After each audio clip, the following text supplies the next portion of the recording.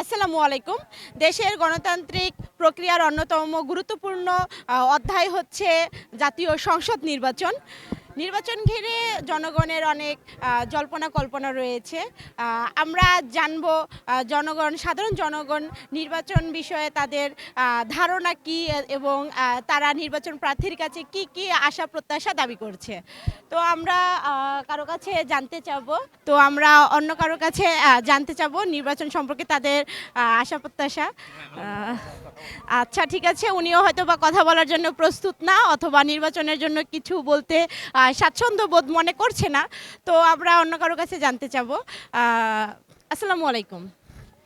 জি, নির্বাচন সম্পর্কে জানতে চাচ্ছি। আচ্ছা, ঠিক আছে। উনিও সাক্ষাৎ দিতে প্রস্তুত নয়। আমরা অন্য কারো কাছে জানতে চাবো নির্বাচনের বিষয়ে। আসসালামু আলাইকুম। নির্বাচন সম্পর্কে জানতে চাচ্ছি। নির্বাচন সম্পর্কে আপনার কিছু মতামত আমাদেরকে জানান।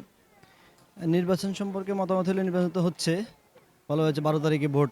এখন ভোট যে যাকে ভালো মনে করবে তাকেই ভোট দিবে, যোগ্য যাকে মনে করবে তাকেই ভোট দিবে।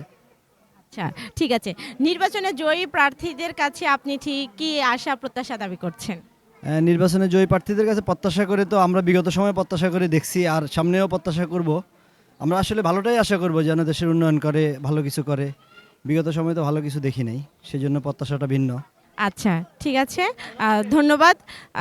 তাহলে আমরা এবং অন্য কারো কাছে জানতে চাবো আরও নির্বাচন বিষয়ে তার আশা প্রত্যাশা। আসসালামু আলাইকুম। নির্বাচন সম্পর্কে জানতে চাচ্ছি।